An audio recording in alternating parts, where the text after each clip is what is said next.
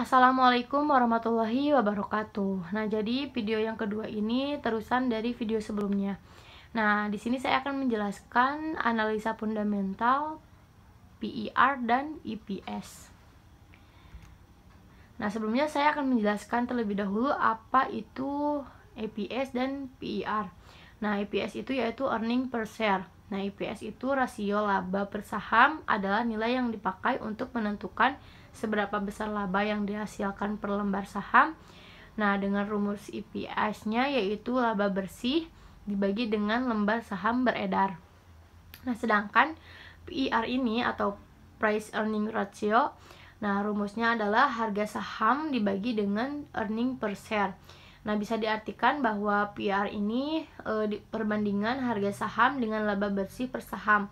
Nah, bisa dibilang juga semakin tinggi PER maka semakin mahal juga harganya. Begitupun sebaliknya, makin kecil ya semakin murah. Nah, ini pada sebelumnya yaitu saya mengambil subsektor perikanan. Jadi di sini terdapat 3 perusahaan yang saya akan cari PER-nya, yaitu PT Central Proteina Prima. Nah, bisa kalian akses melalui Yahoo Finance atau IDX, terus pun ada IDN Finansial. Nah, di sini terdapat laporan keuangannya pada tahun 2019.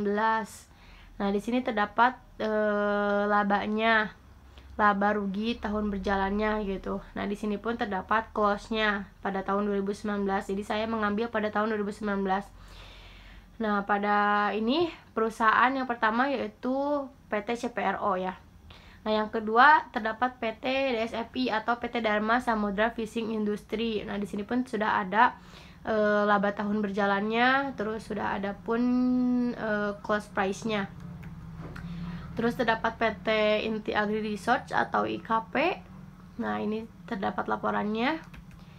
Nah, yang pertama yaitu cara menentukan earning per share atau EPS. Nah, yang pada perusahaan CPRO ini, nah laba bersih dibagi lembar saham beredar.